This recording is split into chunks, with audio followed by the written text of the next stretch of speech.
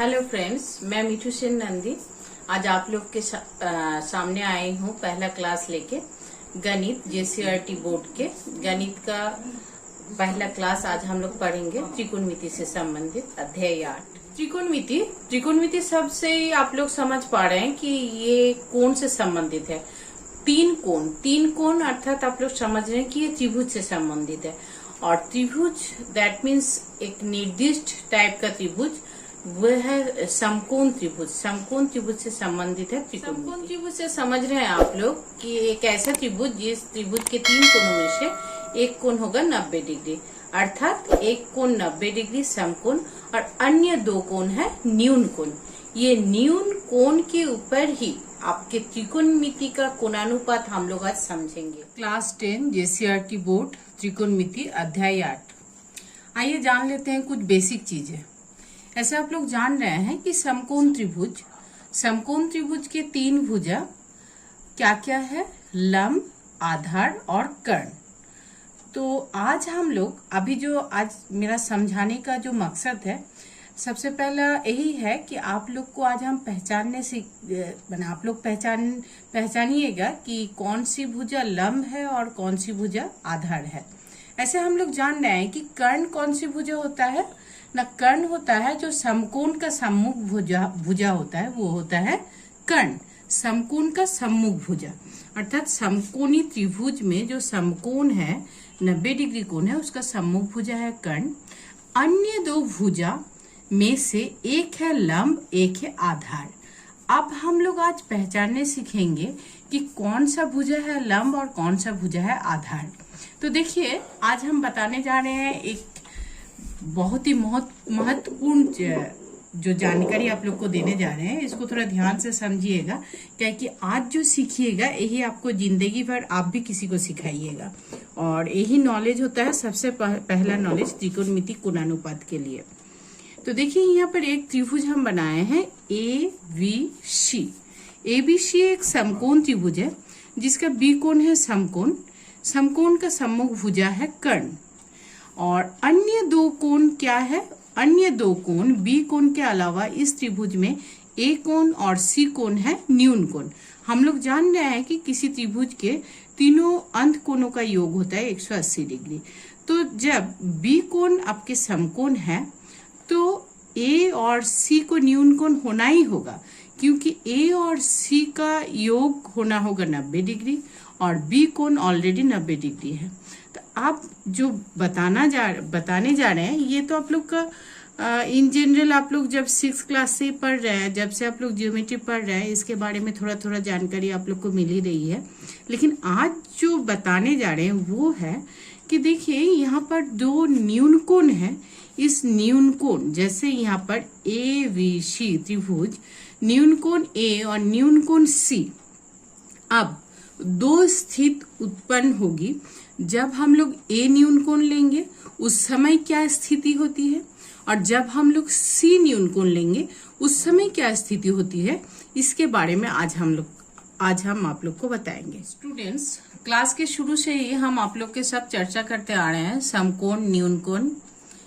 अभी समकोण के बारे में तो हम आप लोग को बताए 90 डिग्री, लेकिन एक बार बताना चाहेंगे कि न्यून कोण किसे कहते हैं। उम्मीद है कि आप लोग जान रहे हैं, लेकिन फिर भी एक बार दोहराना उचित होगा।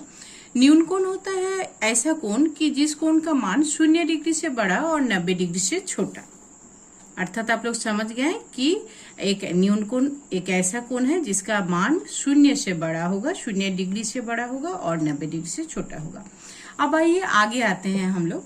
देखिए, यहाँ पर जो चित्र हम बनाए हैं ABC समकोण त्रिभुज का, इसका न्यून कोण अगर A को लेके हम लोग काम करते हैं, जो हम लोग आज शुरू कर रहे हैं काम, उस काम के बारे में हम बता रहे हैं कि इस काम क्या है। काम आज हम लोग का लंब और आधार का पहचान करना, लंब और आधार का पहचान करना। तो देखिए, कोण A को लेके, कोण A अर्थात कोण CAB। तो जब कोण A या CAB के स्थिति में कर्ण क्या है? कर्ण तो सदा सर्वदा यही होगा। हम आप लोग को बताया कि जो समकोण का सम्मुख भुजा है वही होगा कर्ण। अब आया लंब और आधार। लंब कौन सा भुजा होगा ना? कोण ए का सम्मुख भुजा। यहाँ देखिए हम ए न्यून कोण के बारे में बोल रहे हैं, तो लंब होगा जो न्यून कोण है उसका सम्मुख का भुजा।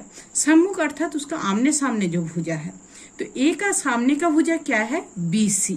तो देखिए जब कोण ए है न्यून कोण, उस समय लंब हो गया उसका सम्मुख भुजा VC। और आधार कौन सा होगा, आधार कौन सी भुजा होगा ना, कोण ए का संलग्न भुजा, अर्थात ए के साथ जो भुजा है।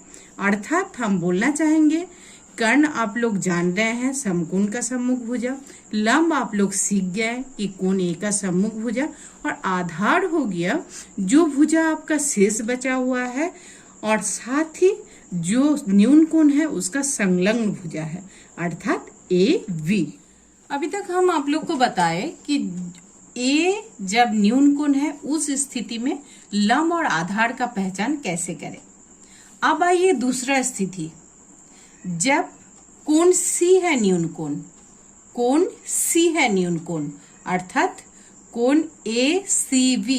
C को कैसे हम लोग बोल सकते हैं, ACV या BCA भी बोल सकते हैं। तो देखिए कि जब C न्यून कोण है उस स्थिति में क्या होगा लंब और क्या होगा आधार। सबसे पहले तो हम पहले ही आप लोग को बता दिए हैं कि समकोण का सम्मुख भुजा सदा सर्वदा कर्ण होता है।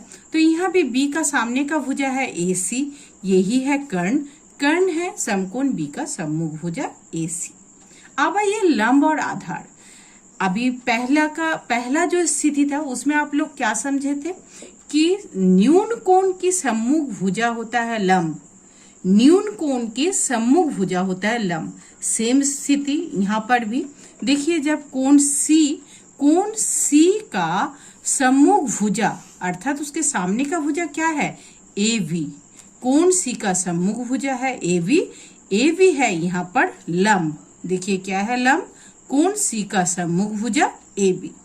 और आधार हो गया कोण C का संलग्न भुजा, अर्थात जो C के साथ जो भुजा है वे भुजा है BC है आधार। तो अभी देखिए ये दोनों स्थिति में जब न्यून कोण बदला, जब कोण A था न्यून कोण उस समय लंब था BC और आधार था AB। जब कोण C था न्यून कोण उस समय लंब था AB और आधार था BC। विशेष बात बताना चाहेंगे आप लोग को कि समकोण त्रिभुज में जो समकोण त्रिभुज के 3 भुजा कर्ण, लंब और आधार, इस तीनों भुजा के बीच में एक संबंध है। ये संबंध गणितज्ञ पाइथागोरस ने दिए थे। तो गणितज्ञ पाइथागोरस ने जो संबंध तीनों भुजा के बीच में दिए थे वो पाइथागोरस प्रमेय के नाम से हम लोग जान रहे हैं। तो आज हम लोग को जानना है, एक बार याद कर लेना है, इसके बारे में हम लोग पहले से जान रहे हैं, फिर इसको हम लोग जान लेंगे कि क्या है पाइथागोरस प्रमेय। तो इसमें तीनों समकोण त्रिभुज के तीनों भुजा के बीच में संबंध है, कर्ण स्क्वायर बराबर लंब स्क्वायर प्लस आधार स्क्वायर, कर्ण स्क्वायर बराबर लंब स्क्वायर प्लस आधार स्क्वायर।